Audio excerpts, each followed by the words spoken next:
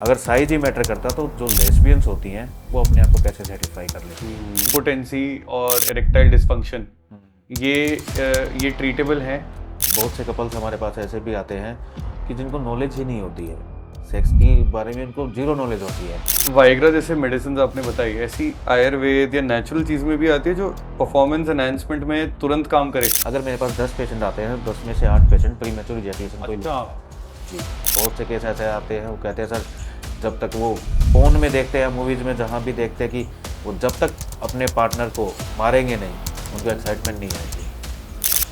आयुर्वेदा के हिसाब से परफॉर्म करने का दिन में सबसे अच्छा टाइम कौन सा है? ऑन एन एवरेज 5 इंच का जो पेनिस है वो काफ़ी होता है एक पार्टनर को सेटिस्फाई होने के लिए। बस मेन चीज़ है आप। अगर आपने आज का पॉडकास्ट नहीं देखा ना, तो मैं गारंटी देता हूँ कि आप अपनी लाइफ में एक बहुत इंपॉर्टेंट चीज़ मिस कर दोगे, क्योंकि आज का जो हमने टॉपिक चूज़ किया अपने पॉडकास्ट के लिए वो है सेक्सुअल अवेयरनेस। और आज हमारे साथ हैं उसके एक्सपर्ट डॉक्टर मधुसूदन, जो कि एक आयुर्वेदिक सेक्सोलॉजिस्ट हैं और जानते हैं कि नेचुरल तरीके से आपकी सेक्सुअल प्रॉब्लम्स को कैसे ठीक करें।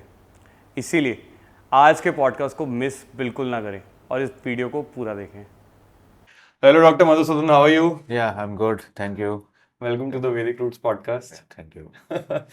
आज I was really excited to meet you today because sexual health, sexual problems is a big taboo आज की डेट में भी लोग बात नहीं करते हैं.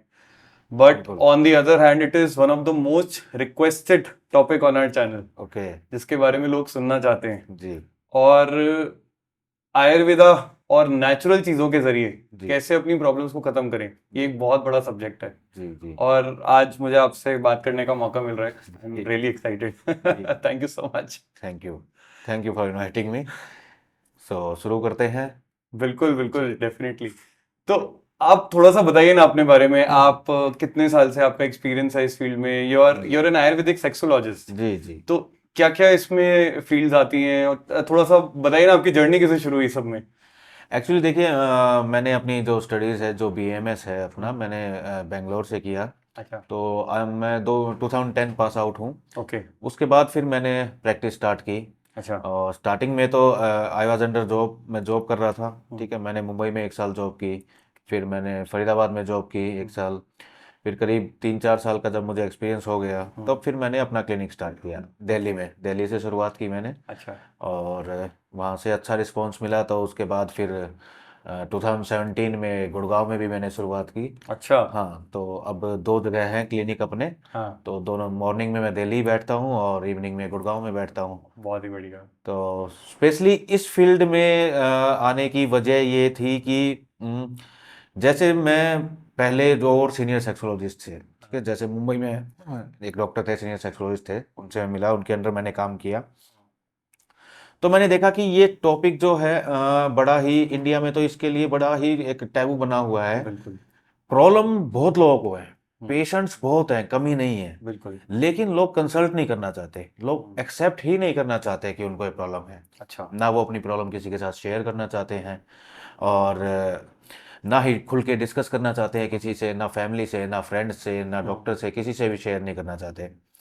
और मैंने वहाँ पे देखा, एक्सपीरियंस किया कि इसकी वजह से है ना बहुत से लोगों की लाइफ खराब हो जाती है पूरी की पूरी। बिल्कुल। लोगों के डाइवोर्स तक हो जाते हैं। ठीक है, लोग सुसाइड तक कर लेते हैं शर्मिंदगी में आके, कि लोग इतना शर्मिंदा हो जाते हैं अपने आप से कि वो खुल के किसी से बात नहीं कर पाते, तो अंदर ही अंदर घुटते रहते हैं। और बहुत से केस मैंने ऐसे देखे जिन्होंने लोगों ने सुसाइड भी कर लिया है। अच्छा। लेकिन जो लोग हिम्मत करके आते हैं, कंसल्ट करते हैं डॉक्टर से, डॉक्टर की सलाह लेते हैं, तो सोल्यूशन देखिए हर चीज़ का है। बिल्कुल। सोल्यूशन लेते हैं और फिर बाद में जब वो थैंक यू बोलने आते हैं तो बड़ा अच्छा लगता है कि बिल्कुल। चलो हमारी वजह से किसी की एक मैरिड लाइफ बच गई है। बिल्कुल। ठीक है, नहीं तो बहुत से लोगों के हमने डाइवोर्स होते हुए भी देखे हैं। अच्छा।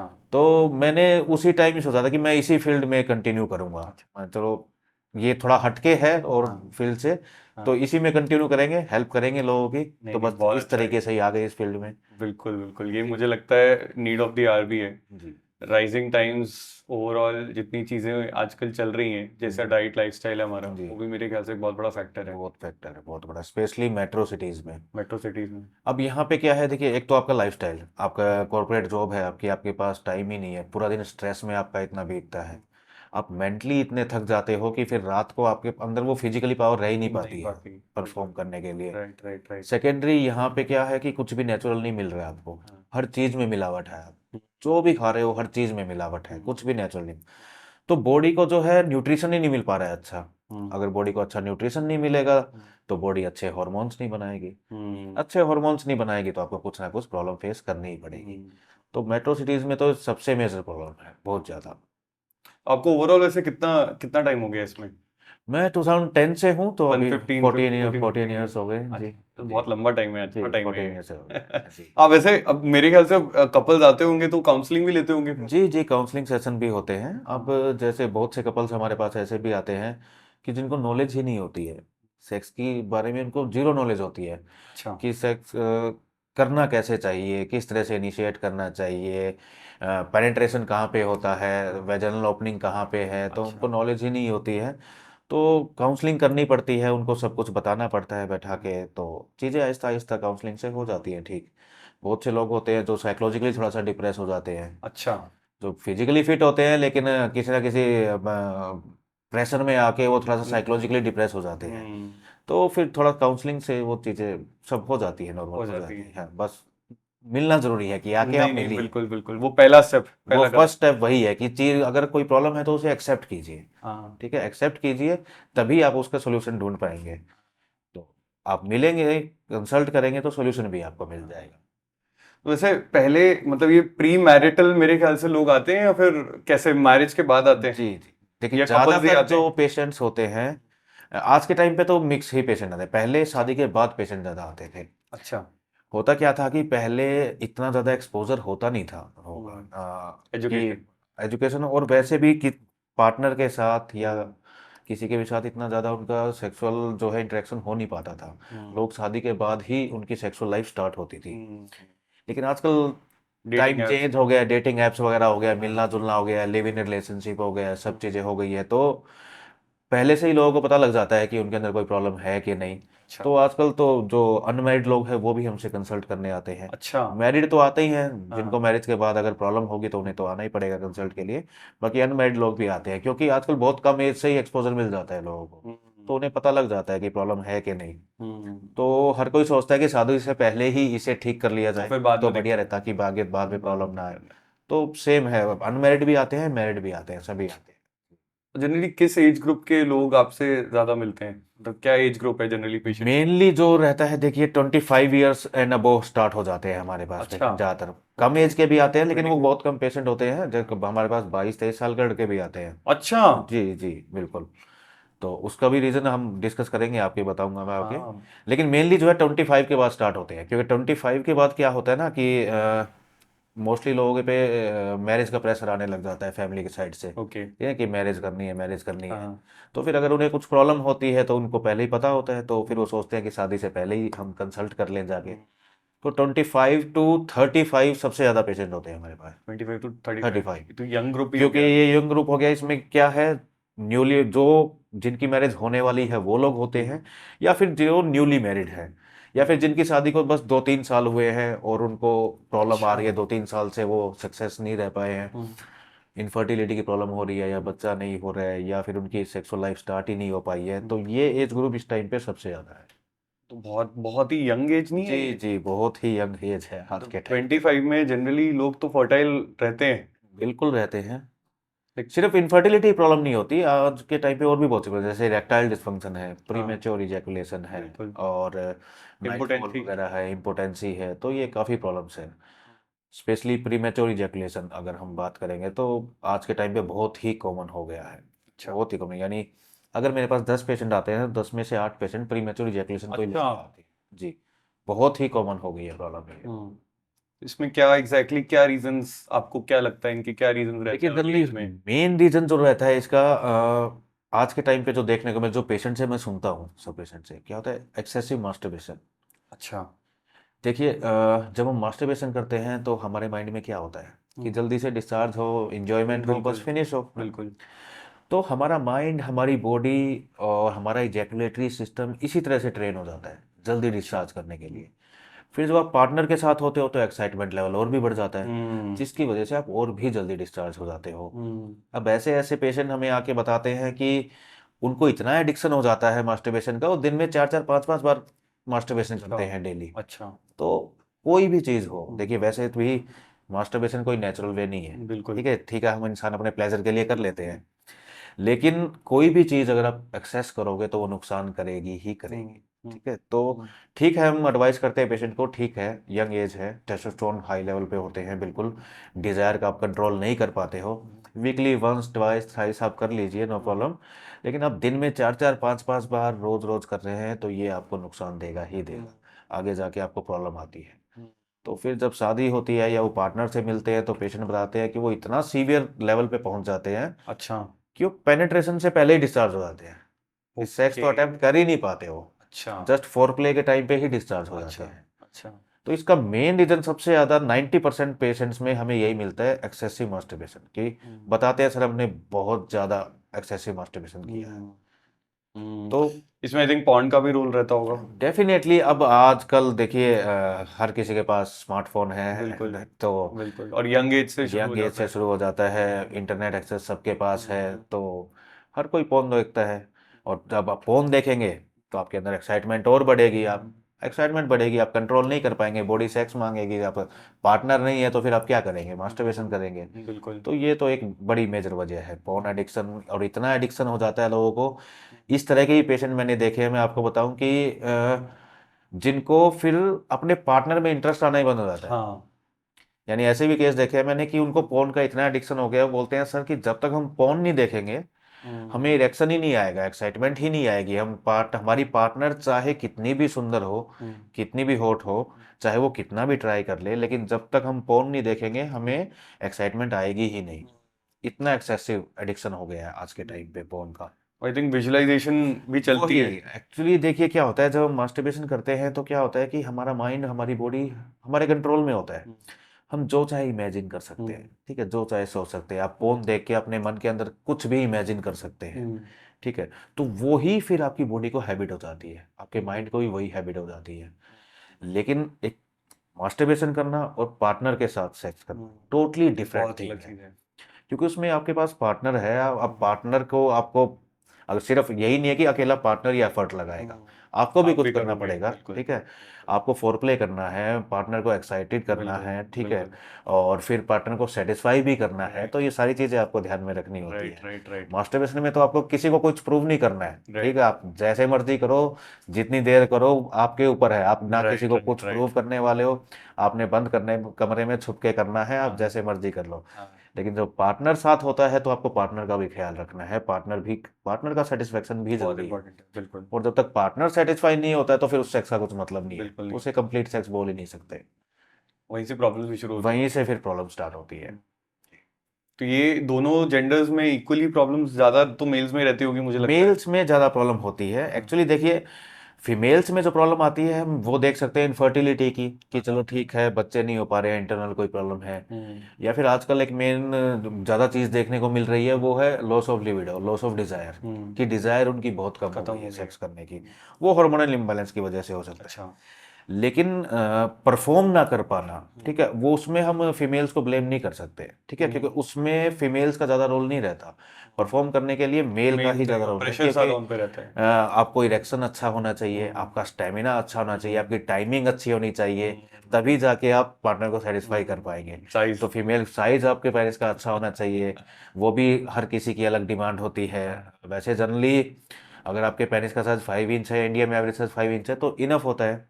लेकिन फिर भी किसी किसी केस में अब कोई कहीं मेल सेटिस्फाई नहीं है कि मुझे तो और बड़ा साइज चाहिए, कहीं फीमेल सेटिस्फाई नहीं है, तो वो डिफरेंट थिंग है। लेकिन क्या है कि पहले अटेम्प्ट जरूरी है, पार्टनर के साथ करना जरूरी है, बिल्कुल, तभी बिल्कुल, आगे चीजें बढ़ेगी। बिल्कुल। तो ये क्या अनरियलिस्टिक एक्सपेक्टेशंस भी बढ़ गई हैं काफी मुझे लगता है। जी, वो पोर्न की वजह से ऐसा पॉन्ड बहुत की हुआ वजह है। से, लोग अब पोर्न में आपने देखा बहुत सी कैटेगरी होती है, उसमें बिल्कुल, फैटिस वगैरह बहुत सी बिल्कुल, चीजें होती बिल्कुल, हैं, बिल्कुल, तो वो है ना ऐसे ही माइंड में अपने वो ट्रेन हो सब जाता है। उनके बैठ जाता है कि नहीं मुझे तो वही देख के अच्छा लगेगा, या मेरा पार्टनर जब होगा, मेरा पार्टनर मेरे साथ वैसे करेगा तभी मुझे तभी अच्छा आएगा। लगेगा। या मैं पार्टनर के साथ जब तक ऐसा ना कर लूँ। अब बहुत से केस ऐसे आते हैं, वो कहते हैं सर जब तक वो फोन में देखते हैं, मूवीज में जहाँ भी देखते हैं कि वो जब तक अपने पार्टनर को मारेंगे नहीं उनको एक्साइटमेंट नहीं आएगी। तो वही ट्रेन हो जाता है वही दिमाग। माइंड। अब कौन फीमेल चाहेगी कि वो सेक्स के टाइम पे मार खाए? ठीक है, बहुत सी फीमेल्स भी होती है ऐसी, लेकिन वो इतना ओपनली देखने को नहीं मिलता हमें, ना कोई डिस्कस करने आता है। कुछ फीमेल्स होती हैं कि जिनको अच्छा लगता है कि हाँ सेक्स के टाइम पे थोड़ा ऐसा हो उनमें, थोड़ा चलो थोड़ा बहुत मार पिटाई, वो जो उससे ब्लड सर्कुलेशन बढ़ता है, एग्रेशन बढ़ता है, तो आप और ज़्यादा अग्रेसिवली सेक्स करते हो। लेकिन हर फीमेल ऐसा नहीं चाहती ना, तो आप किसी के ऊपर जबरदस्ती नहीं कर सकते कि नहीं मुझे तो यही अच्छा लगे तो मैं ऐसे करूंगा तभी सेक्स हो पाएगा।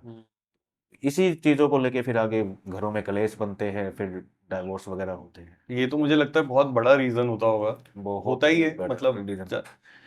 ऐसे ऐसे यानी फोन की वजह से लोग ऐसी ऐसी फैंटेसी पाल लेते हैं अपने दिमाग में कि वो अपने पार्टनर से डिस्कस भी नहीं कर पाते। अच्छा। वो आके हमें बताते हैं कि सर अब मुझे ऐसी फैंटेसी दिमाग में बैठ गई है कि मैं अपने पार्टनर को बता भी नहीं सकता। अगर मैं उसे बोलूंगा कि मेरे साथ ऐसे कर, तो मुझे खुद को शर्म आएगी यार उसे बोलने में कि यार वो ऐसा कैसे करेगी। लेकिन जब तक कोई ऐसा नहीं करेगा पार्टनर मेरा, तब तक मुझे एक्साइटमेंट आएगी नहीं। वहीं पे फिर रिलेशनशिप खराब होते हैं। जी। ये क्या फिर ये सब थोड़े टाइम अगर पॉइंट छोड़ो हम्म। तो इन सब से कुछ फर्क पड़ता है? देखिए फर्क तो पड़ेगा। आप फोन अवॉइड कीजिए, ठीक है, अपने पार्टनर पे फोकस कीजिए। ठीक है, एक क्या होगा, 2 दिन 4 दिन 10 दिन 20 दिन 1 महीना, कभी तो आपका अपने पार्टनर के साथ मन लगने लगेगा। अच्छा। ठीक है, मेन चीज है टाइम दीजिए पार्टनर को, ट्राई कीजिए, बार बार ट्राई कीजिए। कोई बात नहीं, एक बार नहीं, 2 बार नहीं, 5 बार नहीं, सक्सेस नहीं हो पाए कोई बात नहीं, ट्राई कीजिए। एक टाइम आएगा कि जब आप 1-2 बार आपका अगर अच्छे से इंटरकोर्स हो गया, तो फिर वो कॉन्फिडेंस आपका वापस आ जाता है साइकोलॉजिकली। Got it. तो फिर आप एनी टाइम आप जब चाहे तब सेक्स कर सकते हैं। फिर वो है ना एक वो जो कॉन्फिडेंस डाउन होता है, क्योंकि होता क्या है जब आप पार्टनर के साथ जाते हो 1-2 बार अगर फेलियर हो जाता है ना, तो आपका खुद तो भी साइकोलॉजिकली आपका कॉन्फिडेंस डाउन हो जाता है, एंजाइटी हो जाती अंदर है। एक एंजाइटी बैठ जाती है, परफॉर्मेंस एंजाइटी, हाँ। कि यार मैं करने जाऊंगा पता नहीं हो पाएगा नहीं हो पाएगा, इरेक्शन होगा नहीं होगा। तो उसमें है ना फिर आप फोकस ही नहीं कर पाते हो सेक्स पे, क्योंकि माइंड में तो आपके वही चल रहा है बैक ऑफ द माइंड। तो फिर इरेक्शन आ ही नहीं पाता सच में, तो सेक्स हो ही नहीं पाता। तो वो परफॉर्मेंस की इतनी एंजाइटी हो जाती है कि आप प्रेशर में आ जाते हो, जिसकी वजह से फिर क्या होता है, आप अवॉइड करने लग जाते हो। आप सोचोगे कि यार मैं करने जाऊंगा अच्छे से होगा नहीं, फिर पार्टनर का ही मूड खराब, मेरा ही मूड खराब, तो इससे अच्छा है करो ही ना। तो छोड़ो इसे। तो छोड़ो। वही लेकिन पॉइंट ही फिर वो देख हाँ, लो। फोन देख लो, मास्टरबेशन कर लो, ठीक है, लेकिन फिर पार्टनर कब तक ऐसे रहेगा? बिल्कुल वही बिल्कुल। ना, आपको पार्टनर का भी सोचना है। तो इसलिए मैं पेशेंट को बोलता हूँ आप फोन अवॉइड कीजिए, पार्टनर पे फोकस कीजिए, टाइम दीजिए। ठीक है, आप यहाँ पे आप अगर ऑफिस में बिजी हैं, आपका लाइफस्टाइल थोड़ा बिजी है, थोड़ा छुट्टी लेके 2-4 दिन की छुट्टी लेके बाहर घूमने निकलिए, एक दूसरे को टाइम दीजिए। आज नहीं, 2 दिन नहीं, 4 दिन नहीं, कुछ दिनों बाद बार बार आप अटेम्प्ट करेंगे तो हो ही जाएगा हो भी सेक्स। जाएगा। और फिर भी कोई फिजिकल प्रॉब्लम आपको लगती है तो आप आके मिलिए, डॉक्टर से मिलिए, कंसल्ट कीजिए। कोई मेडिकेशन की नीड हो गई तो मेडिकेशन होगी, मेडिसिन से ठीक हो जाएंगे। लेकिन एक्सेप्ट करना जरूरी है, चीज को एक्सेप्ट कीजिए और आके कंसल्ट कीजिए डॉक्टर से। मेडिसिन से आपने एक बड़ा अच्छा टॉपिक मुझे याद दिलाया। जी आजकल मार्केट में बड़ी सारी पिल्स आ गई हैं, जी जी। पीनिस एनलार्जमेंट पिल्स हम्म आयुर्वेदा के नाम पे, या हम्म। फिर तो ये सब काम करती हैं? ये सब क्या रहता है इनका? देखिए पेनिस एलार्जमेंट के नाम पे जितनी पिल बिक रही है वो हाँ। टोटली फेक है। टोटली फेक है? टोटली फेक है। फेक मतलब उसमें क्या होगा फिर, क्या उसमें होता है? कुछ नहीं है, उसमें जनरल सप्लीमेंट वो रख देते हैं, उसमें अच्छा। उसमें थोड़ा सा अश्वगंधा डाल दिया, थोड़ा सा शिलाजीत डाल दिया, खिला दिया, कुछ भी। हाँ उनको सिर्फ प्रोडक्ट बेचने से मतलब है। हाँ। और मोस्टली जो भी 99% जो भी बेच रहे हैं उनमें से कोई डॉक्टर नहीं है। हम्म, लोगों ने कंपनी खड़ी करी, ठीक है, एक प्रोडक्ट बनाया अपना, किसी थर्ड पार्टी से प्रोडक्ट बनवाया, उसकी ऑनलाइन मार्केटिंग स्टार्ट कर दी, एड स्टार्ट कर दी, एड देख के लोग अब कंसल्ट तो करना चाहते नहीं है डॉक्टर बिल्कुल से। बिल्कुल। लोग खुद ऐड ले में जो लेते हैं। देखते हैं कि ऐड में ऐसा ऐसा लिखा है, ये ऐसे कर देगा आपको, वैसे कर देगा, पेनिस को 8 इंच का कर देगा, 10 इंच का कर देगा, वो सच मान लेते हैं उसको, खरीद लेते हैं। रिजल्ट उनका कुछ आना नहीं है। आता नहीं है। कंपनी का तो टारगेट ये रहता है कि देखिए ज्यादा से ज्यादा इंडिया में 140 करोड़ लोग हैं, हाँ। ठीक है, अगर 50 लाख 1 करोड़ लोगों ने भी 1% भी आ गया एक एक पैकिंग भी ले ली उनकी, तो तो भी उनका तो अरबों का बिजनेस हो गया ना। बिल्कुल उनको क्या मतलब है किसी को रिजल्ट मिल रहा है नहीं मिल रहा। बिल्कुल। और ये प्रॉब्लम्स ऐसी है, कोई कंप्लेंट करने भी नहीं कंप्लेंट जाएगा। नहीं आएगा। कहाँ जाओगे कंप्लेंट करने, कोई सही कंप्लेंट भी नहीं बात है, करेगा। सही बात है। कंपनी का बिजनेस हो गया, लोग बेवकूफ बन गए। बस ये तो टोटली फेक है। देखिए सेक्सुअल पावर एनहेंस करने के जो प्रोडक्ट्स आते हैं वो मैं मान सकता हूँ, वो एनहेंस आप कर सकते हो। अच्छा। लाइक आपकी डिजायर, आपकी परफॉर्मेंस, आपकी लिबिडो। इरेक्शंस, वो चीज़ें बेटर कर सकते हो, आपके स्पर्म काउंट बेटर कर सकते हो आप मेडिसिन अच्छा। से। उनमें बहुत सारी कंपनियां अच्छा काम कर रही है, अच्छे प्रोडक्ट्स बना रही है। ठीक है। लेकिन पेनिस एनलार्जमेंट के लिए कोई ऐसी पेटेंट दवाई नहीं बनी है। अच्छा, दवाई ही एग्जिस्ट नहीं दवाई करती। ही एग्जिस्ट नहीं करती है ऐसे। अच्छा। हम भी जो दवाइयां देते हैं, हमारे पास पेशेंट आते हैं, हाँ। तो मैं भी जो दवा देता हूँ, सिर्फ यही एक ऐसी प्रॉब्लम है जिसकी मैं पेशेंट को बोल देता हूँ कि मैं कोई गारंटी नहीं दे सकता अच्छा। कि आपको रिजल्ट मिलेगा नहीं मिलेगा। ओके।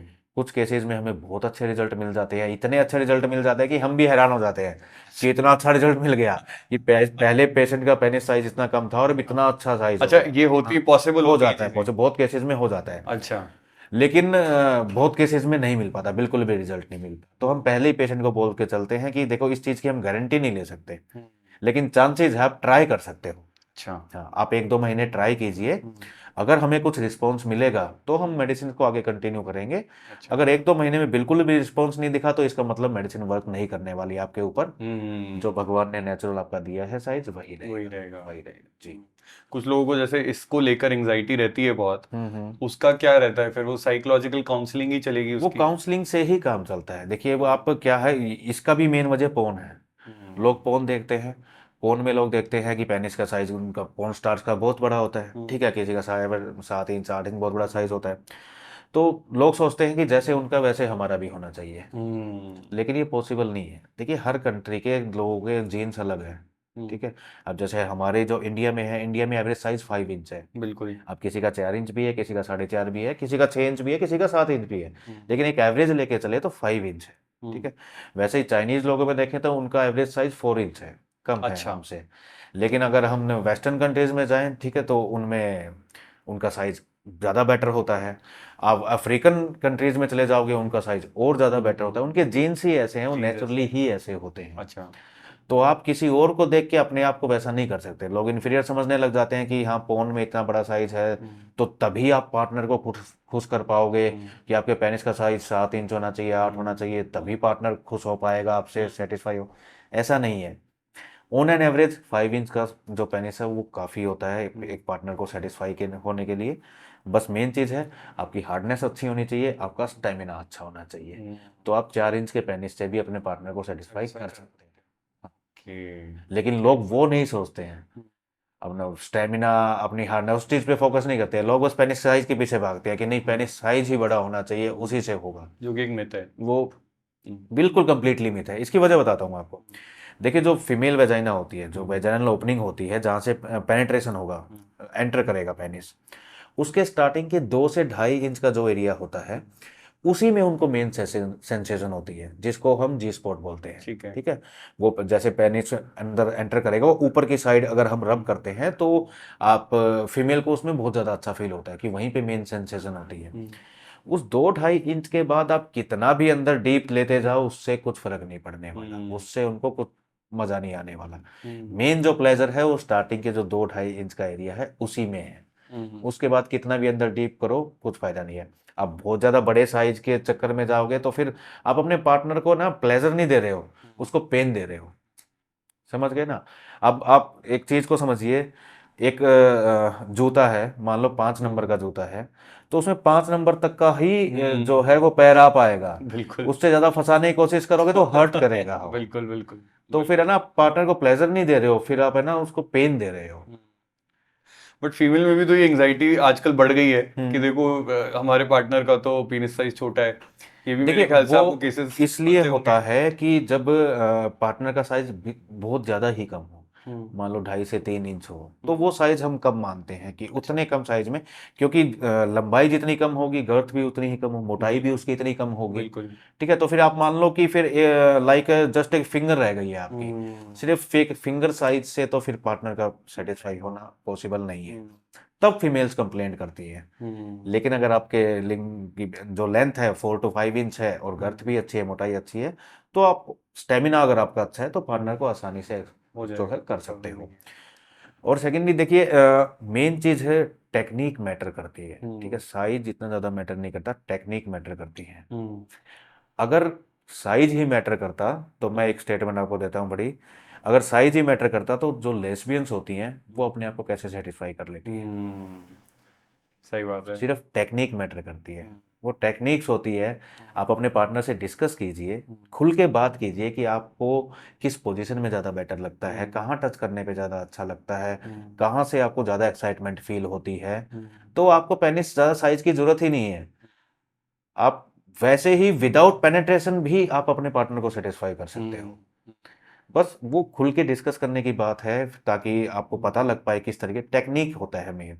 लोग ये साइज के पीछे फालतू में भागते हैं, मेन चीज़ है टेक्निक। अगर आपकी टेक्निक अच्छी है तो आप विदाउट पेनेट्रेशन भी सेटिस्फाई कर सकते हैं पार्टनर को।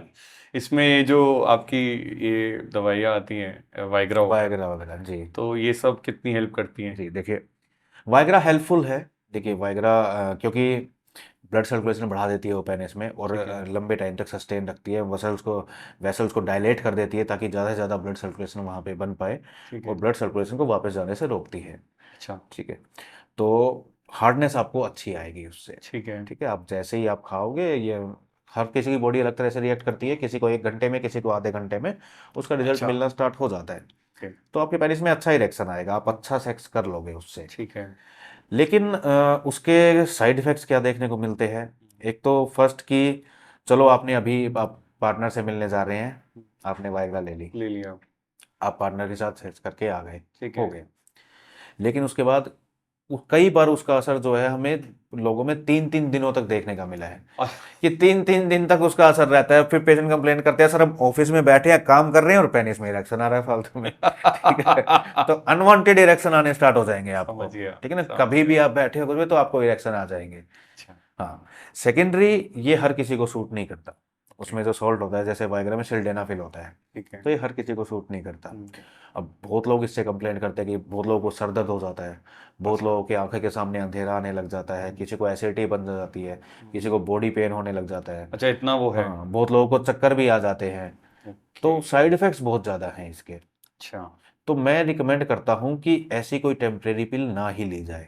कभी कभार यूज कर ली अलग बात है, चलो कोई स्पेशल ओकेजन है, साल 6 महीने में एक आध बार आपने यूज कर ली, तो ठीक वो है। अलग बात है। लेकिन आप रेगुलर यूज मत कीजिए इसे, क्योंकि अगर आप इसे रेगुलर इस्तेमाल करने लग जाएंगे तो आपकी बॉडी एडिक्टेड हो जाएगी इसकी।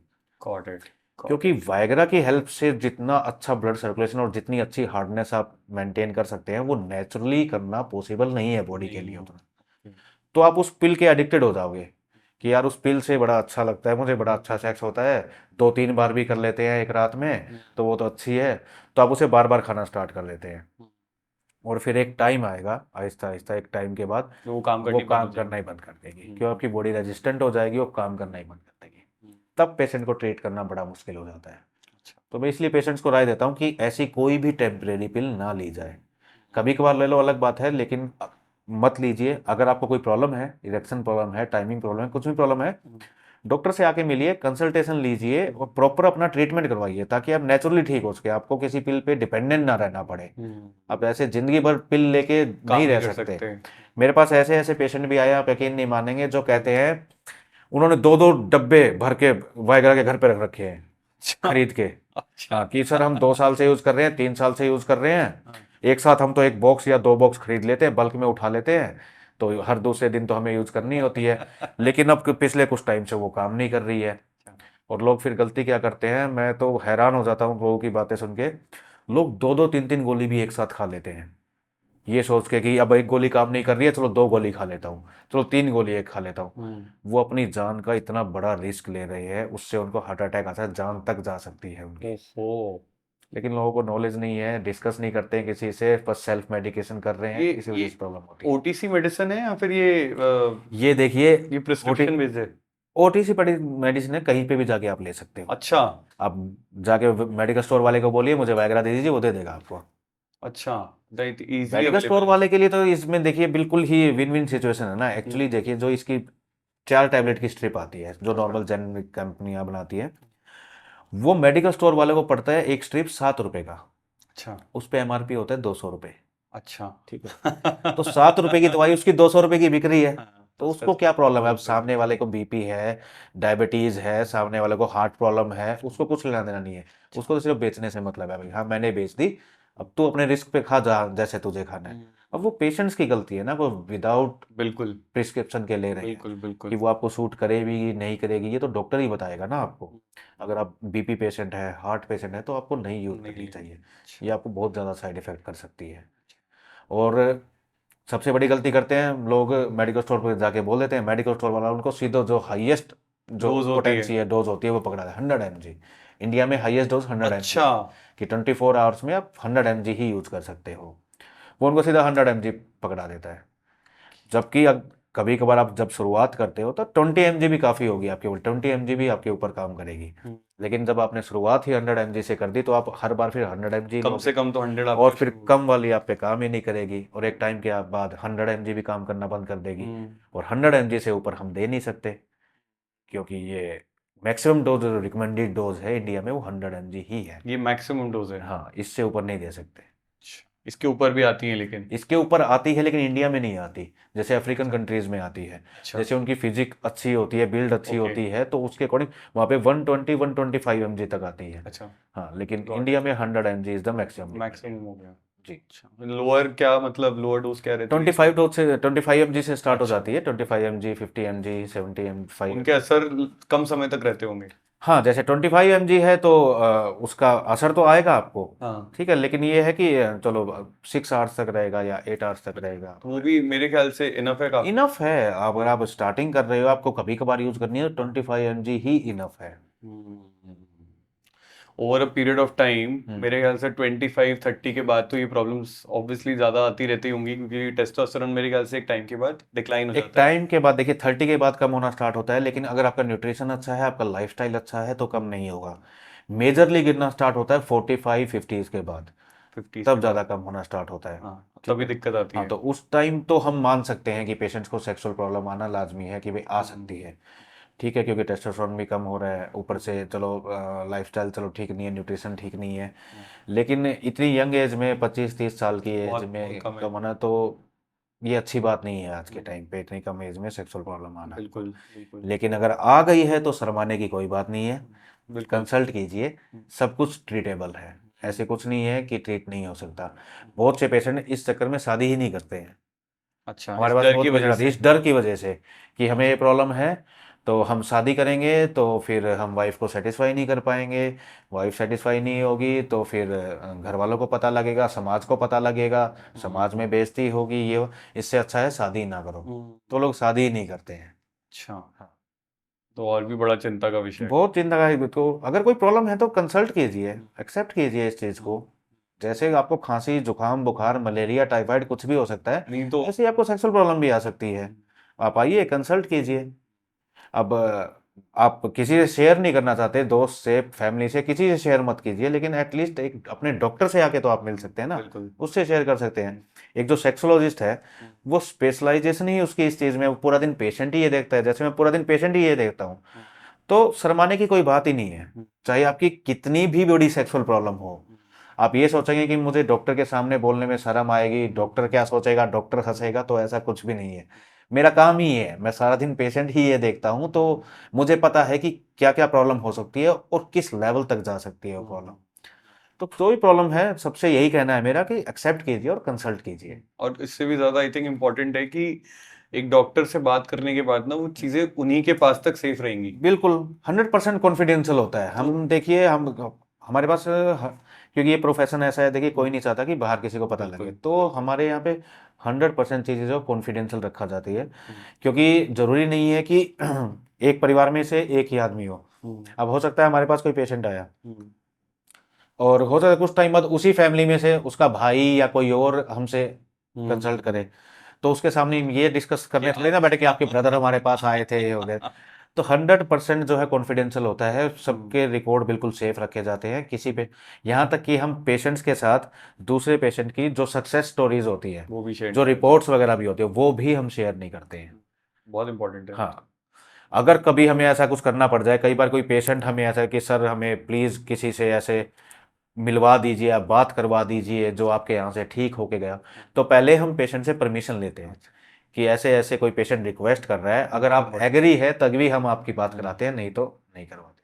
तो 100% जो है प्राइवेसी होती है। बहुत इंपॉर्टेंट है और बहुत अच्छी चीज है ये बिल्कुल।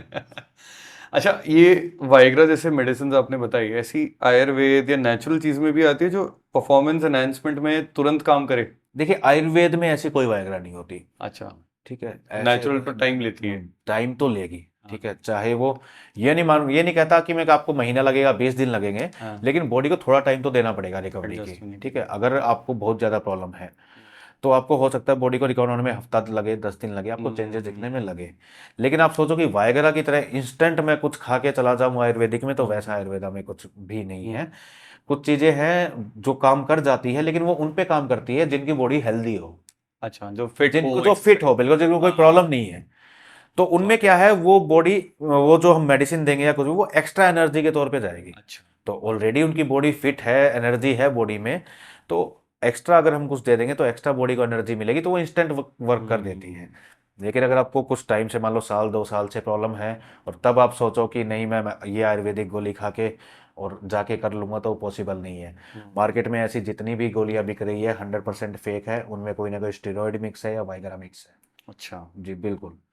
चाहे आप उनका जाके लैब टेस्ट करवा के देख लीजिए, उनमें आयुर्वेद में ऐसी इंस्टेंट वाली कोई टैबलेट नहीं है। जो भी ऐसा क्लेम कर रहे हैं उसमें 100% गारंटी के साथ मैं बोल देता हूँ कि उसमें वाइग्रा मिक्स है या स्टेरॉइड मिक्स है। हम्म, ये मेडिसिन जैसे हमारी शीलाजीत हो गई, अश्वगंधा, ये तो हम काफी टाइम से, मतलब हम कब से ही सुनते जी आते हैं कि ये देखिए, ये परफॉर्मेंस में नेचुरल बहुत अच्छी चीज़ें है। हैं, ठीक है। हाँ, अब शिलाजीत के बारे में हम बात करते हैं, हाँ, ठीक है। शिलाजीत का बहुत हुआ बना हुआ है, हाँ, हर जगह बिल्कुल। शिलाजीत शिलाजीत शिलाजीत, हर कोई शिलाजीत खाए जा रहा है। कंपनी ऐड कर रही है, लोगों को बेवकूफ़ बना रही है कि हाँ बस शिलाजीत खाने से आप पता नहीं कितने बड़े मर्द बन जाओगे, पता नहीं कितना ही बन जाएगा। लेकिन जम्मू की शिलाजीत। आयुर्वेद के हिसाब से ऐसा कुछ नहीं है। देखिए शिलाजीत जो है, आयुर्वेद में 70 से 72 बीमारियों में काम करता है, अच्छा। ठीक है। ये एक एनर्जी बूस्टर है, बॉडी को एनर्जी देता है, पावर देता है। लेकिन ये डिपेंड करता है अब आपको किस बीमारी में आप इसको देना चाहते हो। अगर आपको सेक्सुअल प्रॉब्लम में देना है तो आप इसके साथ अश्वगंधा लगाइए, मूसली लगाइए, सदावर लगाइए, मकरध्वज लगाइए, कामचूड़ामणि रस लगाइए। ये चीज़ें ऐड करेंगे तब ये शिलाजीत जो है आपकी सेक्सुअल पावर में काम करेगा, ओके। ठीक है। वहीं अगर आपको वेट लूज करना है तो आप मेदो और गूगल के साथ इसको यूज कीजिए, तो वेट लॉस में काम करेगा। अच्छा, अगर आपको जॉइंट पेन है तो मायो राज गूगल है, और जो सबके साथ गूगल काम मेडिसिन है करेगा। उनके साथ ऐड कीजिए, तो ये जॉइंट पेन में काम करेगा। इस तरीके से 70 तरह की बीमारियों में काम आता है। अच्छा, तो अकेला शिलाजीत कुछ नहीं कर सकता। अकेले शिलाजीत से ये है कि ठीक है, आपके एनर्जी लेवल थोड़े ठीक रह सकते हैं, कि आप ठीक है थोड़ा एनर्जेटिक फील करोगे, जल्दी नहीं थकोगे, कि है चलो पूरा दिन काम करने में जैसे आप थक जाते हो, फटीग नहीं तो वो होगी। फटीग नहीं होगी, आप थोड़ा सा रिलैक्स महसूस करोगे, थोड़ा एनर्जेटिक फील करोगे। लेकिन आप सोचो कि शिलाजीत खाने से मेरी सेक्सुअल पावर बढ़ जाएगी और मेरा स्टेमिना बढ़ जाएगा, हाँ, मेरा पेनिस बढ़ जाएगा, तो ऐसा पॉसिबल नहीं कुछ है भी बिल्कुल नहीं। भी। बिल्कुल लोग झूठ बोल के बेच रहे हैं, ऐसा पॉसिबल बिल्कुल भी नहीं है। और वैसे भी मार्केट में जो है, मैक्सिमम बोल रहा हूँ मैं, नकली आ रहा है सब शिलाजीत। हाँ, सब शिलाजीत नकली आ रहा है, क्योंकि असली की किसी को पहचान नहीं है, आंखों से पहचाना नहीं जा सकता, लैब टेस्ट कोई करवाता नहीं है, तो सब नकली बिक रहा है। लोग कुछ भी ऐड करके, कुछ भी झूठे वादे करके बेच देते हैं, क्योंकि लोगों का काम है बेचना, कंपनी का काम बेचना। कंपनी ने बेच दिया, ठीक है। कंपनी को पता है कोई कंप्लेंट करने आने वाला है नहीं। किसी को रिजल्ट मिल गया तो वो खुश हो जाएगा, दोबारा खरीदने आ जाएगा। किसी को नहीं मिला तो घर चुपचाप बैठ जाएगा। बिल्कुल। कंपनी का तो कोई नुकसान नहीं है इसमें। बल्कि जैसे कि शिलाजीत अगर आप ओरिजिनल लेने जाओगे, मार्केट में आप शिलाजीत लेने जाओगे, आपको 4,000 5,000 रुपए किलो मिल जाएगा। ओरिजिनल शिलाजीत की आप कॉस्ट सुनोगे, आप हिल जाओगे। बताओ। अगर आपको बिल्कुल प्योर ओरिजिनल शिलाजीत चाहिए, 3 लाख रुपए किलो से कम नहीं मिलेगा। अच्छा, जी, 3 लाख रुपए किलो से कम नहीं मिलेगा। बहुत ज्यादा है तो क्योंकि इसमें ये टाइम टेकिंग प्रोसेस है, बहुत इसमें मेहनत बहुत लगती है, निकालने में। एफर्ट्स बहुत लगते हैं उसको अच्छा। निकालने में। इसमें ऐसा नहीं है कि कहीं पे लगा पड़ा है जाके आपके तोड़ के ले आए और बस बेच दिया डिब्बी में पैक करके। इसमें जो है, देखिए शिलाजीत होता क्या है, जो पहाड़ होते हैं, जब पहाड़ गर्मी में तपते हैं, सूरज की गर्मी में, तो उनमें से ये लिक्विड निकलता है ब्लैक कलर का, अच्छा, पहाड़ों में से। इसीलिए ओके। इसको पहाड़ों का पसीना बोला हाँ, जाता है, हाँ, हाँ, कि ये पहाड़ों का पसीना है। तो वो बहुत लिमिटेड क्वांटिटी में निकलता है, ओके। और वो भी ये नहीं है कि डायरेक्ट आपने लेकर खा लिया उसको उसको। भी प्रोसेस थोड़ा उसको भी सा। प्रोसेस करना पड़ता है, प्योरीफाई करना पड़ता है, तब वो और कम रह जाता है, तब जाके वो यूज में आता है। अब लोग क्या करते हैं, अब जैसे पहाड़ों पे से निकला, अब जहां जहां पे शिलाजीत निकला हुआ है नेचुरली, उस पार्ट को निकालिए, ठीक है। अब बहुत सी कंपनियां जो बना रही है, बहुत से लोग जो ऐसे ही बेच रहे हैं, उनको ये भी नहीं पता था कि इसके प्योरीफाई कैसे करना है। इसमें जैसे जो आयुर्वेद में लिखा हुआ है, आपको त्रिफला लेना है, त्रिफला को भी आपको 24 घंटे तक 36 गुना पानी में भिगो के रखना है। उसके बाद उसमें शिलाजीत डालना है, उबालना है, उबालने के बाद जो ऊपर प्योर फॉर्म शिलाजीत तैरेगा उसको निकालना है। उसको निकाल के भी फिर गर्म करते जाना है, गर्म करते जाना है, और लास्ट में बिल्कुल जो वो प्योरीफाइड बिल्कुल बच जाएगा, वो प्योर शिलाजीत है, वो काम आएगा। अब लोग क्या कर रहे हैं, यहाँ वो पहाड़ तोड़ लाए, वो शिलाजीत तो थोड़ा सा निकला हुआ है उसमें, लेकिन उस इतना बड़ा पत्थर तोड़ लाए, उसको तोड़ा, उबालना शुरू कर दिया, और वो बस वो आपको पत्थर की चटनी खिला रहे हैं, और कुछ भी नहीं है उसमें। इसलिए रिजल्ट नहीं मिल पाता लोगों को, इसलिए कहीं ना कहीं आके ना विश्वास भी खत्म हो जाता है, आयुर्वेद बदनाम होता है। अब बहुत बार पेशेंट आके बोलते हैं मुझे कि सर मैं 1 महीने से शिलाजीत खा रहा हूँ, लेकिन मुझे कुछ भी पता नहीं लग रहा कि मैं कुछ खा रहा हूँ। भाई ओरिजिनल खाओगे तभी तो पता लगेगा ना। अब आप ओरिजिनल खा ही नहीं रहे तो कहाँ से आपको रिजल्ट मिलेगा। ये मिक्सचर्स के तौर पे या डायरेक्ट शिलाजीत खाने से ही फायदा होता है? देखो, अगर आपको प्योरीफाई बिल्कुल प्योर फॉर्म में अगर आपको मिल जाता है तो आप इसको डायरेक्ट आयुर्वेद के हिसाब से इसको दूध के साथ या मलाई के साथ लेना चाहिए। गुनगुने दूध में या मलाई में मिक्स करके लीजिए, ज़्यादा नहीं, 2 ड्रॉप ही काफ़ी है। 125 से 250 mg आप शिलाजीत ले लेते हैं तो उतना ही काफ़ी है, सुबह शाम ले लीजिए। तो ये अच्छी एनर्जी आपकी बॉडी में बनाए रखता है। लेकिन आप सोचो कि इससे आप अपनी कोई सेक्सुअल प्रॉब्लम की और कर लोगे तो वो पॉसिबल नहीं है। उसके लिए आपको और मेडिसिन ऐड ऑन करनी पड़ेगी, तब जाके ये उसमें काम करेगा। ये भी लंबा, मेरे ख्याल से 1-2-3 महीने लगते होंगे। कितना टाइम? जी देखिए, वो डिपेंड करता है कि पेशेंट की प्रॉब्लम कब से है।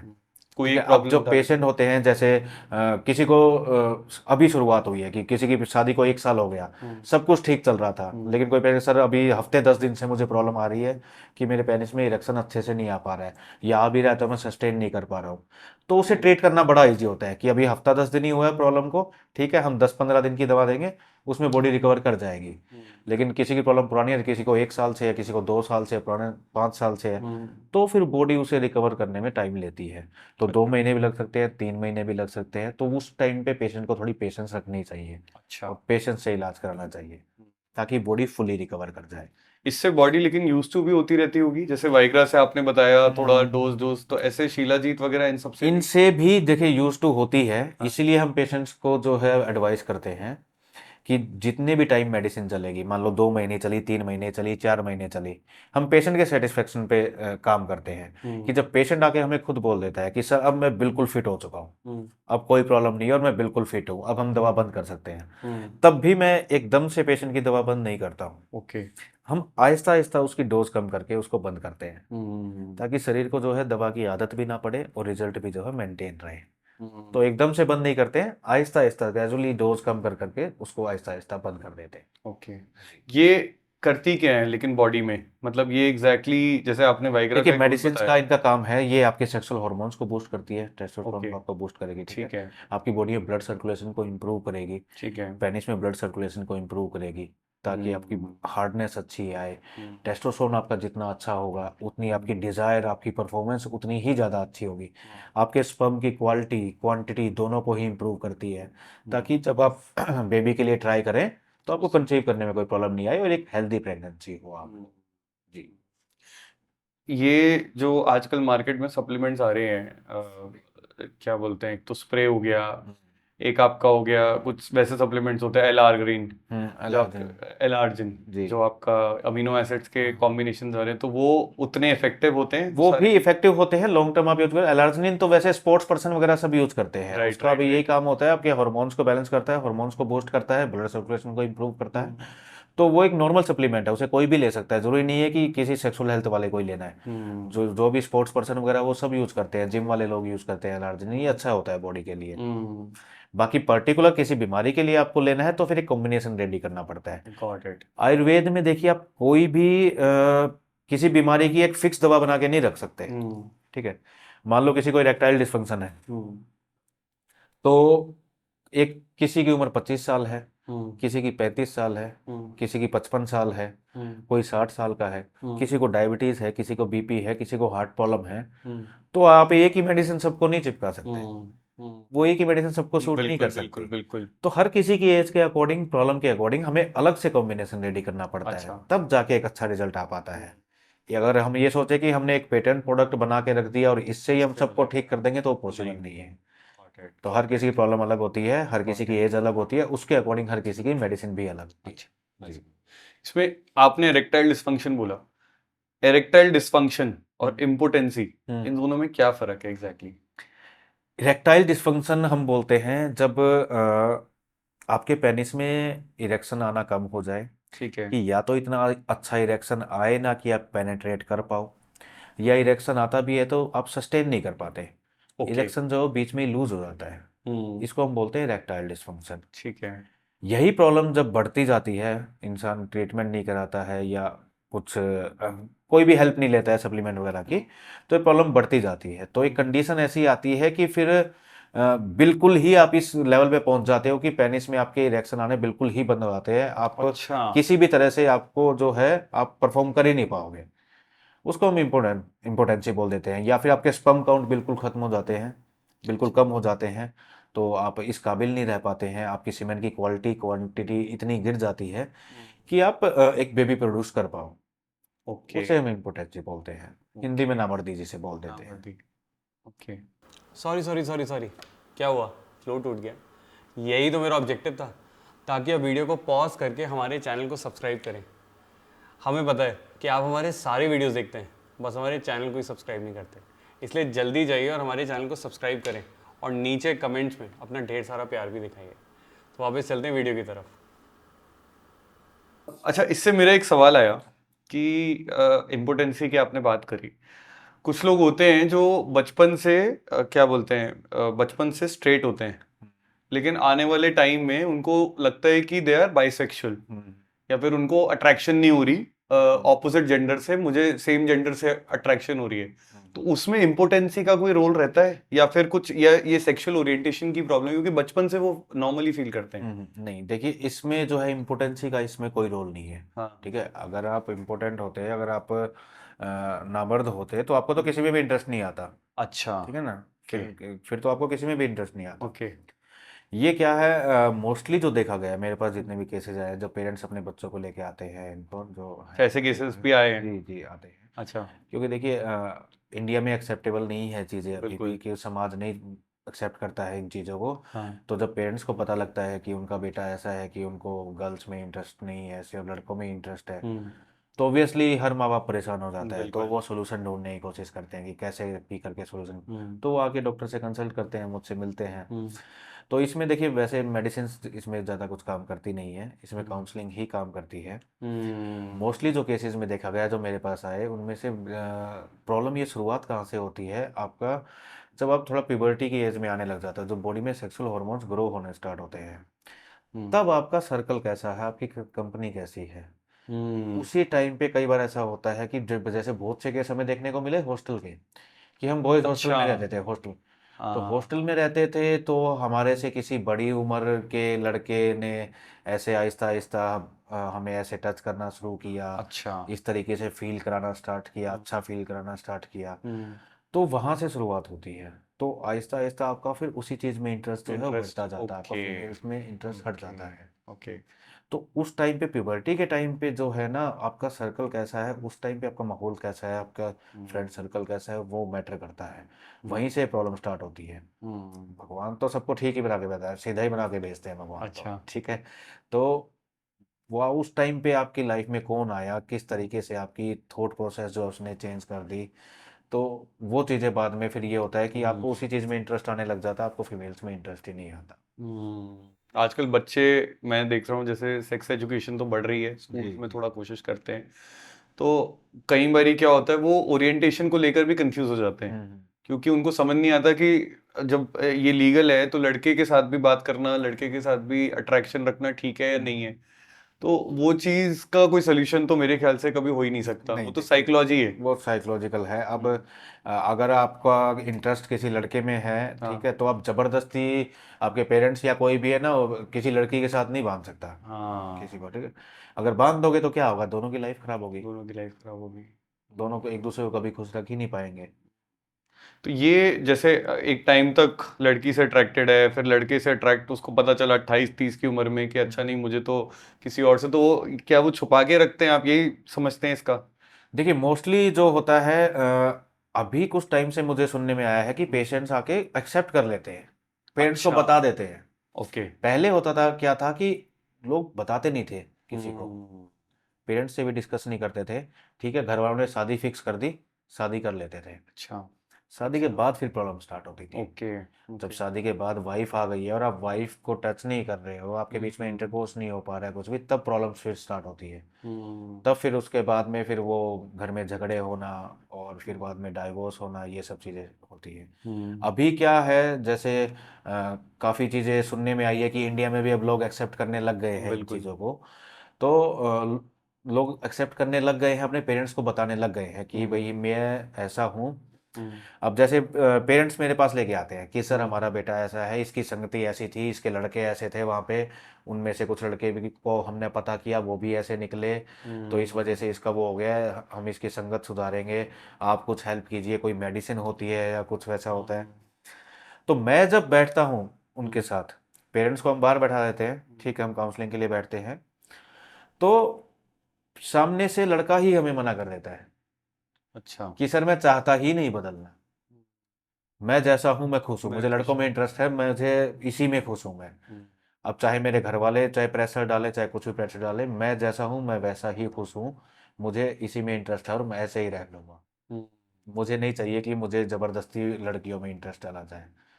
तो एक्सेप्टेंस लेवल आ गई है, तो हम भी उसमें कुछ नहीं कर सकते, हम ज़बरदस्ती नहीं कर सकते नहीं किसी के करते, साथ। ठीक बिल्कुल है, ऑब्वियस सी बात है। अगर आप चाहते हैं आप लड़कों के साथ खुश हैं, ठीक है, आप खुश रहिए, हम उसमें कुछ नहीं कर सकते, वो आपकी लाइफ है, बिल्कुल। आपके डिसीजन है, आपको लेना है। नहीं नहीं, बहुत अच्छा है। जी। बहुत अच्छा है। तो इन सब के ये तो चलो एक सेपरेट टॉपिक हो गया ऑल टुगेदर। बट अब स्पेसिफिकली इम्पोटेंसी और इरेक्टाइल डिसफंक्शन, ये ट्रीटेबल है? जी 100% ट्रीटेबल है। 100%? 100% ट्रीटेबल है। तो ये मतलब ऐसा नहीं होता कि एक बार टेम्पररी कुछ हुआ उसके बाद वो वापस से वही प्रॉब्लम शुरू हो गई, या फिर वो रेगुलरली आपको लेती रहनी परमानेंट पड़ेगी? सॉल्यूशन भी हो जाता है इसमें, अच्छा। बस मेन चीज़ है कि आप एक बार मेडिसिन लीजिए, हम्म। कंसल्ट, जब अगर कभी भी कोई प्रॉब्लम लगे हाँ। डॉक्टर से मिलिए, कंसल्ट कीजिए, हम्म। उसका सॉल्यूशन लीजिए, ट्रीटमेंट करवाइए, हम्म। ठीक हो जाइए। उसके बाद आगे जैसे भी डॉक्टर आपको गाइड करे वैसा अपना लाइफस्टाइल मेंटेन कीजिए। गॉट इट, गॉट तो इट। वैसा आप मेंटेन करेंगे तो कभी कोई प्रॉब्लम नहीं आएगी। हम्म। तो परमानेंट सोल्यूशन है, ऐसा कुछ नहीं है कि आपका कोई सोल्यूशन किसी भी तरह की प्रॉब्लम हो। अभी दो तरह से होता है इरेक्टाइल डिसफंक्शन, कि या तो जो ब्लड सर्कुलेशन है वो पेनिस में कम हो गया है, ठीक ठीक है, है। उसे इम्प्रूव करने से, या फिर आपके टेस्टोस्टेरोन डाउन हो गया, उन्हें बूस्ट करने के लिए हम मेडिसिन दे सकते हैं। Got it, got it. Secondary एक किसी किसी केस में ये देखने को मिलता है, 1% केस में हमें ऐसा होता है कि वेनस लीकेज हो जाता है, अंदर अंदर जो वेन होती है, ब्लड सर्कुलेशन जिसमें बनना होता है वो लीक हो जाती है। तो वो अगर लीक होगी तो सर्कुलेशन अच्छा बन नहीं पाएगा, जिसकी वजह ओके। से इरेक्शन अच्छा आ नहीं पाएगा। तो उसका भी सोल्यूशन है, उसका सोल्यूशन है फिर सर्जरी।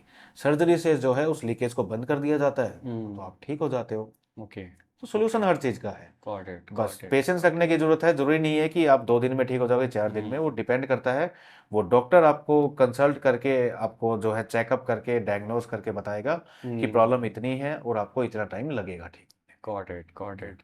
ये इसमें नर्व भी डैमेज हो जाती है, जो नर्व पीनस तक जाती है? और डैमेज का मतलब ये है कि ब्लड सर्कुलेशन कम होने लग जाता अच्छा, है, लेकिन ऐसा नहीं होता ऐसा कि नहीं वो। है कि अच्छा। वेन कोई मरी जाएगी या डैमेज ही हो अच्छा। जाएगा, अच्छा। ऐसा कुछ नहीं।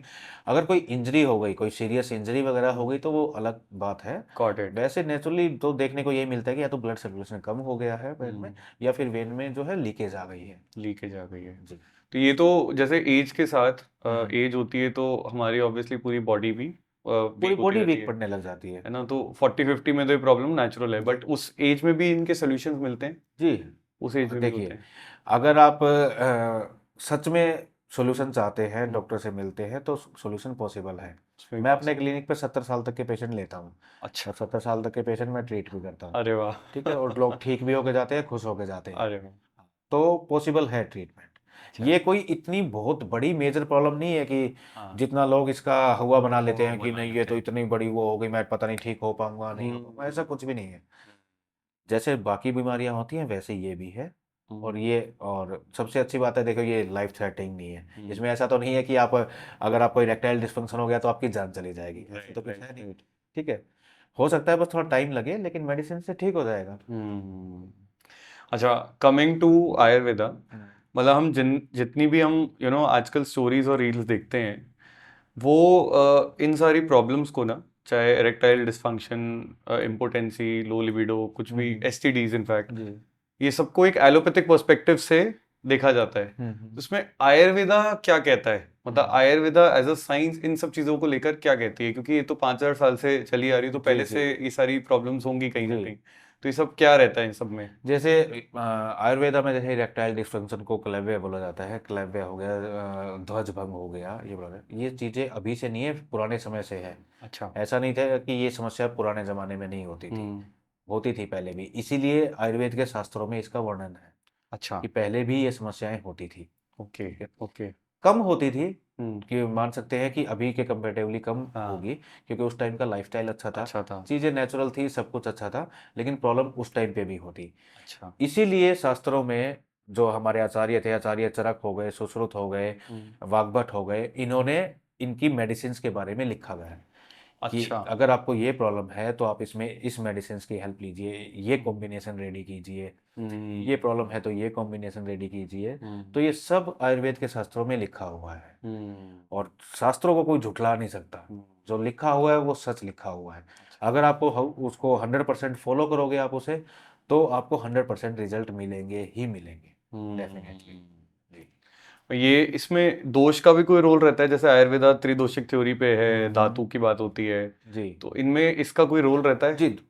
हमारे आयुर्वेद के अकॉर्डिंग बॉडी में जो भी प्रॉब्लम होती है, हाँ। त्रिदोष के इम्बैलेंस की वजह से ही होती है। बिल्कुल। या तो वात में कुछ प्रॉब्लम है, वात कुपित हुआ है, या पित्त, या फिर कफ। बिल्कुल। ठीक है। अब जैसे प्री मैच्योर इजैकुलेशन को देखते हैं। प्री मैच्योर इजैकुलेशन मतलब बहुत जल्दी डिस्चार्ज हो रहा है। ठीक है। इसमें हम वात दोष को वो जो है कल्प्रेट मानते हैं। अच्छा। ठीक है, कि बॉडी में जब वात बढ़ जाता है तो जो है सीमेन जो है रुक नहीं पाता है बॉडी में, और बहुत जल्दी डिस्चार्ज हो जाता है आपका। ओके। बाकी और फिजिकल थिंग है, मसल्स की वीकनेस वगैरह है, लेकिन वात का जो है इसमें मेन रोल रहता है। तो हम इसमें जो ट्रीटमेंट करते हैं वो इस चीज़ को ध्यान में रखते हुए करते हैं कि हमें इसके वात दोष को ठीक करना है। अच्छा। ठीक अच्छा। है। ओके। और जैसे जिन लोगों में जो बहुत ज़्यादा मोटापा होता है, इरेक्टाइल डिस्फंक्शन की प्रॉब्लम है, तो उसमें हम कफ दोष को प्रधान मानते हैं। अच्छा। तो उसको ध्यान में रखते हुए हम इसका ट्रीटमेंट करते हैं। हम्म। तो मेन चीज़ है कि हमें वात पित्त कफ इन तीनों को बैलेंस करना है। जब तक ये तीनों बैलेंस रहेंगे आपकी बॉडी को कोई प्रॉब्लम नहीं आएगी। अगर ये कहीं भी कुछ इनमें तीनों में से कोई एक भी बिगड़ा, तो वो बॉडी में कहीं ना कुछ प्रॉब्लम क्रिएट करेगा आपको।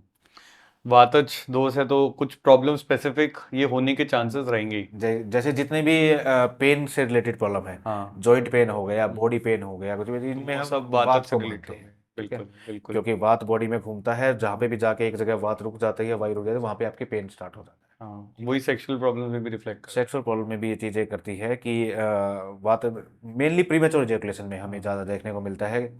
बहुत बार पेशेंट ऐसे कंप्लेंट करते हैं कि जब वो इजैकुलेट होते हैं, तो इजैकुलेशन के टाइम पे उनको सीमेन के साथ ऐसे बुलबुले टाइप आते हैं, बबल्स आते हैं। ओके। तो वो वात निकलता है, वायु निकलती है साथ में उसके। ओके। हाँ। अब बहुत सारे जैसे जॉइंट पेन या स्किन प्रॉब्लम को लेके पेशेंट आते हैं, जॉइंट पेन को लेके मेनली।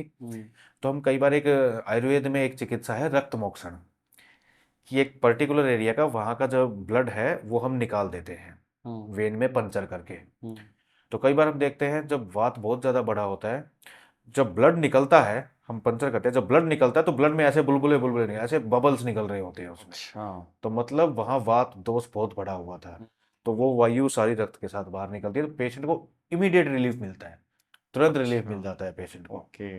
ओके। तो यही सब चीज़ें कंसीडर करते हुए हमें ट्रीटमेंट प्लान करना पड़ता है कि कौन सा दोष जो है कुपित है, और हमें इसे कैसे मैनेज करना है। मॉडर्न मेडिसिन, इन सब में मॉडर्न मेडिसिन क्या करती है जो हमारी एलोपैथिक मेडिसिन है? देखिए, मॉडर्न मेडिसिन भी अपनी जगह ठीक है, वो अपने एफर्ट्स अपने तरह लगाते हैं, बस उनमें हम जो देखने को मिलता है कि एक ही मेडिसिन आप सब चीज़ों में चलाने की कोशिश करते हैं। अच्छा। ठीक है। अब जैसे इरेक्टाइल डिस्फंक्शन है, हाँ। तो मेरे पास जितने ही पेशेंट आते हैं जो पहले एलोपैथी में ट्रीटमेंट करवा चुके हैं, तो मैं प्रिस्क्रिप्शन देखता हूँ उनका, तो उसमें पता, यानी हर किसी को सिल्डेनाफिल वायग्रा, सिल्डेनाफिल या फिर टडेलाफिल प्रिस्क्राइब की गई है। ठीक है, लेकिन वो हर किसी को सूट तो नहीं करती। अगर वो सूट नहीं करेगी किसी को, तो फिर नेक्स्ट ऑप्शन क्या है ट्रीटमेंट का? और वो मेरे ख्याल से टेम्पररी भी होगा। वो टेम्परेरी ही होता है। वो पेशेंट हमारा आके कंप्लेंट करते हैं कि सर जब तक मैं खा रहा था तब तक तो अच्छा फील कर रहा था, और जब से मैंने बंद करी है मैं तो पहले से भी ज़्यादा बेकार हो गया हूँ, पहले से भी ज़्यादा प्रॉब्लम आ गई है। तो मैं अपने पेशेंट्स को राय देता हूँ कि ठीक है आप एलोपैथिक ट्रीटमेंट कराइए। एलोपैथिक में और भी ऐसे बहुत अच्छे सप्लीमेंट्स हैं जो आपको ट्रीट कर सकते हैं इस प्रॉब्लम के लिए। लेकिन कभी भी इस टेम्परेरी पिल के पीछे मत जाइए, आप वायग्रा के पीछे मत जाइए, सिल्डेनाफिल, टैडलाफिल, ये चीज़ें अवॉइड कीजिए। नहीं तो आप एडिक्टेड हो जाओगे और एक टाइम पे आके आप फिर बिल्कुल ही कंडीशन आपकी खराब हो जाएगी। ओके जी ओके। ये दोनों साथ में भी काम कर सकते हैं, मतलब वाइग्रा के साथ तो आपने आयुर्वेदिक मेडिसिन भी जी ले ली। बिल्कुल, ये भी कर सकते हैं। कई बार हमें एलोपैथी की हेल्प लेनी भी पड़ती है। अच्छा। अब जैसे कई बार ऐसा है कि न्यूली मैरिड कपिल है हम्म कि अभी कपल शादी को 2 दिन हुए हैं, 3 दिन हुए हैं, हम्म और फर्स्ट नाइट पे जो है वो परफॉर्म नहीं कर पाए हैं, हम्म सेकंड नाइट पे नहीं कर पाए हैं। तो जो मेल है वो बहुत परेशान हो जाते हैं हम्म। कि अगर अभी भी आगे भी अगर मैं परफॉर्म नहीं कर पाऊंगा तो क्या होगा? तो इमीडिएट तो हम ऐसा कुछ, हमारे पास आयुर्वेद में ऐसा कुछ नहीं है कि आप अभी खाए और 1 घंटे बाद जाके सेक्स कर लोगे, ऐसा कुछ। तो उस केस में हमें एलोपैथी की भी हेल्प लेनी पड़ती है कि ठीक है अभी इमीडिएट के लिए आप एलोपैथी की हेल्प ले लीजिए, लेकिन लॉन्ग टर्म के लिए हम आयुर्वेद की ही हेल्प ओके लेंगे। हाँ। Okay okay. तो उन्हें हम बोल देते हैं कि अभी आपको हफ्ते में 1 बार या 2 बार कभी इंटरकोर्स करना हो तो उस टाइम पे आप एलोपैथी की हेल्प ले लीजिए, वो भी हम मिनिमम डोज रिकमेंड करते हैं। Got it. बाकी हम आयुर्वेदिक से इसको थोड़ा लंबा लेके चलेंगे जब तक बॉडी फुली रिकवर नहीं हो जाती है, तो सोल्व हो जाते हैं केस। अच्छा, जी तो बहुत अच्छा है। मतलब लॉन्ग टर्म के लिए तो हमें एक तरह से आयुर्वेदा पे फोकस करना जी ही चाहिए बिल्कुल। किसी भी तरीके से। इसीलिए आपको मैं बताऊं, देखिए आपको ना जितने भी सेक्सोलॉजिस्ट मिलेंगे हम्म 99% आपको आयुर्वेदिक मिलेंगे। हम्म। इवन मैंने ऐसे ऐसे सेक्सोलॉजिस्ट देखे हैं जिन्होंने आयुर्वेदा पढ़ा भी नहीं है, जो एमबीबीएस है, अच्छा। जिन्होंने आयुर्वेदा पढ़ा भी नहीं है, फिर भी वो आयुर्वेदिक मेडिसिन देते हैं, आयुर्वेदिक मेडिसिन दे रहे हैं। आ, नहीं, इम्पोर्टेंट है क्योंकि वरना काम कैसे होगा। बिल्कुल। मतलब लॉन्ग रन के लिए अगर किसी को सोल्यूशन चाहिए तो, क्योंकि हर कोई चाहता है कहीं ना कहीं कि आज तो ठीक है, आज तो हो गया, बट आगे के लिए हाँ क्या वही है ना, आप उस पिल पे जिंदगी भर तो डिपेंडेंट नहीं रह नहीं रह सकते ना। सकते। हाँ। कभी तो आपको ऐसा होगा कि बॉडी नेचुरली हील हो आपकी, हम्म, आपको किसी पिल की जरूरत ना पड़े, आप नेचुरली परफॉर्म कर पाओ। हम्म। आपका वैसे whenever someone comes to you, what is your procedure of diagnosis? कैसे रहता है आपका?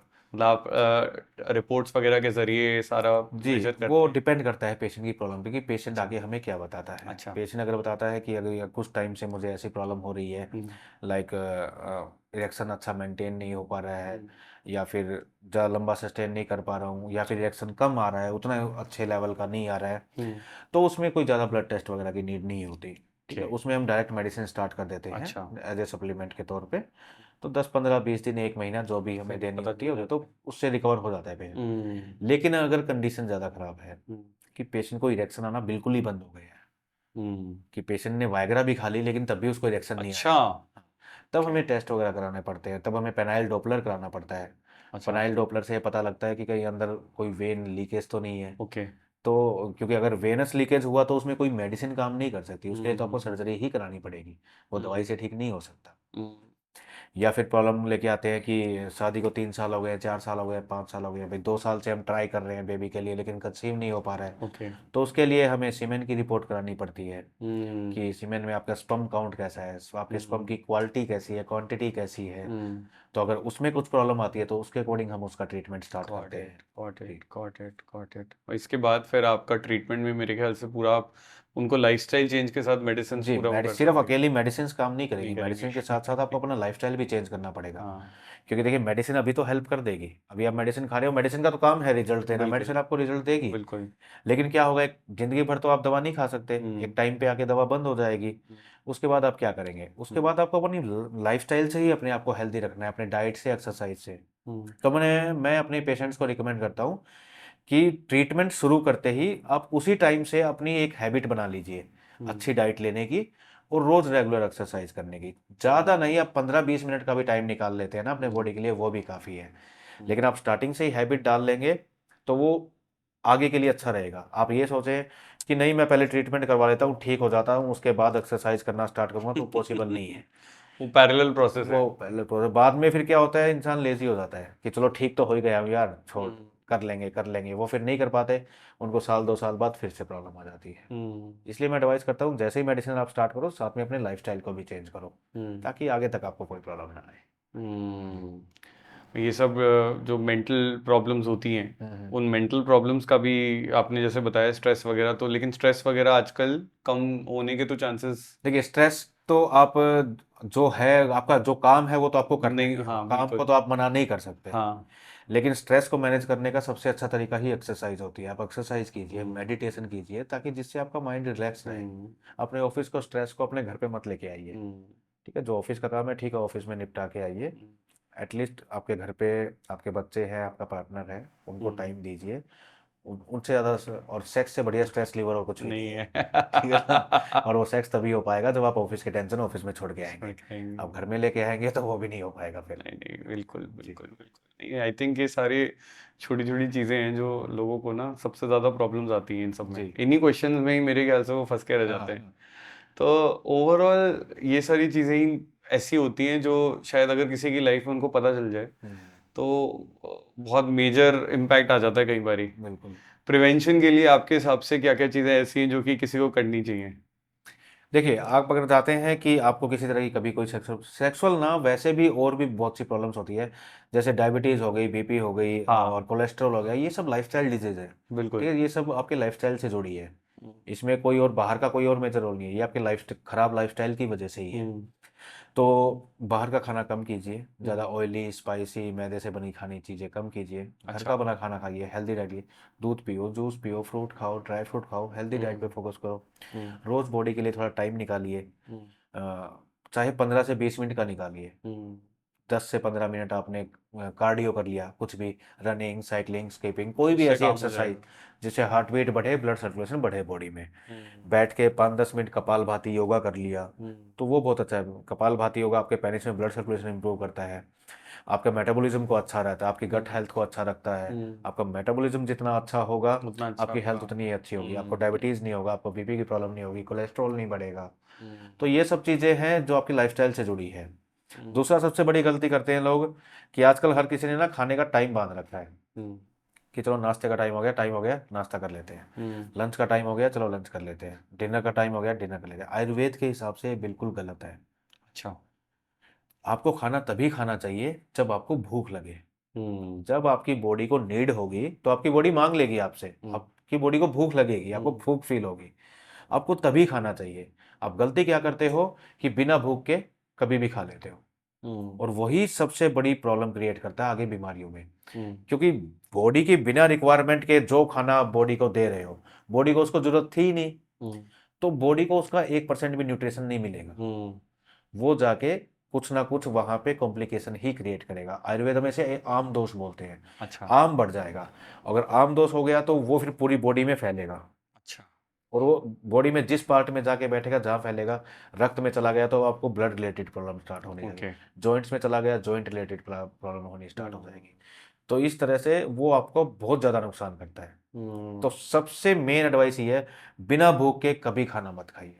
Got it got it. आज के टाइम पे जो ये मोटापा और कोलेस्ट्रॉल की प्रॉब्लम है ना, वो सब इसी से ये ही है। इसी वजह से है मेनली हम्म। सबसे ज़्यादा, कि लोग है ना बिना भूख के खा बस लेते टाइम फिक्स कर रखा है और खा लेते हैं। हैं। और लेट भी खाते हैं। लेट भी खाते हैं। लेट खाओ कोई नहीं, लेकिन भूख लगने पे खाओ। ठीक हाँ। है, जब भूख लगी हो तब बॉडी को खाना दे दो, उस टाइम पे गॉट इट अवॉइड मत करो। Got it. अगर अवॉइड कर दोगे तो ही प्रॉब्लम क्रिएट होगी, हाँ। और बिना भूख के खाओगे तो भी प्रॉब्लम होगी। जी। अच्छा, बहुत अच्छा। चलो मेरा एक आखिरी सवाल, जी। आयुर्वेदा के हिसाब से परफॉर्म करने का दिन में सबसे अच्छा टाइम कौन सा है सेक्स करने का? देखिए वैसे तो कोई फिक्स टाइम नहीं होता है, आपका हाँ। जब मन करे आप तब सेक्स कर सकते हैं। ठीक है, लेकिन मॉर्निंग का टाइम जो है वो सबसे अच्छा इसलिए माना माना जाता जाता है। है क्योंकि मॉर्निंग के टाइम पे आपका माइंड, आपकी बॉडी जो है बिल्कुल रिलैक्स होते रिलैक्स हैं। होती है। आपके सेक्सुअल हार्मोन्स बिल्कुल पीक लेवल पे होते हैं। हम्म। तो उस टाइम पे जब आप सेक्स करोगे तो आपको है ना एक अलग ही प्लेजर का फील होगा। हम्म। तो मॉर्निंग सेक्स सबसे ज़्यादा प्लेजरेबल माना गया है। ठीक है, हम्म। बाकी आपके स्टेमिना पे डिपेंड करता है, आपकी बॉडी पे डिपेंड करता है। हम्म। आप जिस टाइम चाहे तब कर सकते हैं, बस आपकी बॉडी अलाउ करनी चाहिए। तो कोई डिस्ट्रिक्ट, देखिए सेक्स कोई टास्क नहीं है। ठीक है, बिल्कुल ये बिल्कुल। कोई काम नहीं है कि मुझे यार वो जाके काम निपटा के आना है, ये वो नहीं है। सेक्स एक फीलिंग है। राइट ठीक है, राइट आपको राइट फील करना है इसको। ठीक है, राइट। तो जब आपके अंदर फीलिंग हो, जब आपका मन करे हाँ, तब आप कर सकते हो। क्या बात जी। है। तो रात से बेटर रात का टाइम तो जो है, रात का हम करने रात को कीजिए, रात को, बल्कि रात आयुर्वेद के हिसाब से रात में ही इंसानों के अंदर जो है ज्यादा सेक्स करने की इच्छा पैदा होती है। हाँ आपने देखा होगा समुद्रों में जो है, जो तूफान वगैरह आते हैं रात के टाइम पे ज्यादा आते हैं। हाँ ठीक है। आयुर्वेद में बोला जाता है, आयुर्वेद के हिसाब से जो चंद्रमा जब अपने फुल मून होता है, चंद्रमा पूरा उस पे होता है, तब वो जो है पानी उससे रिएक्ट करता है, तो इसलिए समुद्र में तूफान वगैरह ये आते हैं। हमारी बॉडी में क्या है, 70% वाटर। 70% वाटर है, बिल्कुल बिल्कुल। इसलिए रात के टाइम पे आपका ज्यादा मन करता है सेक्स अच्छा करने का। हाँ। अच्छा। लेकिन ये कोई जरूरी नहीं है कि रात को ही करना है, मॉर्निंग हाँ करना है। एक फीलिंग है, इसे दिल से कीजिए, फील करके कीजिए, जब मन करे तब कर लीजिए। तो डॉक्टर, ये तो बहुत इंसाइटफुल सेशन था। आई थिंक काफ़ी सारे लोग, आपने जितनी भी चीज़ें बताई हैं आज, वो मुझे लगता है बहुत ही अच्छे से फॉलो करने वाले हैं और उनकी लाइफ में बहुत सुधार होने वाला है। जी बट आखिरी सवाल है मेरा आपसे जी कि आप लोगों को क्या एडवाइस देना चाहेंगे? जी। देखिए, अब जाते जाते सबसे लास्ट में मैं अपने दोस्तों को, भाइयों को, सभी मर्दों को एक ही एडवाइस देना चाहता हूँ। अगर आपको कोई भी प्रॉब्लम है तो भाई प्लीज़ उसे एक्सेप्ट कीजिए, कंसल्ट कीजिए, उसका सॉल्यूशन लीजिए। नहीं तो देखिए, आप नहीं लेंगे तो फिर कोई और लेगा। समझ जाइए आप। Thank you doctor Madhusudan, thank you very much. Thank you. बहुत इंसाइटफुल था, बहुत मजा आया आपके साथ। Thank thank you you. So much.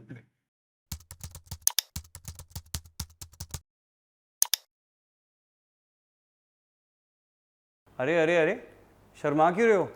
मज़ा नहीं आया पॉडकास्ट देख के? इन्फॉर्मेशन नहीं मिली? अगर आपको ऐसे ही और इन्फॉर्मेटिव पॉडकास्ट देखने हैं तो हमारे चैनल को सब्सक्राइब कर लिए, ताकि टाइम टू टाइम आपको पॉडकास्ट की इन्फॉर्मेशन मिल जाए। और याद रहे, नीचे कमेंट करके हमें बताइएगा भी कि आपको इस वीडियो से क्या सीखने को मिला। मिलते हैं जल्दी अगली वीडियो में।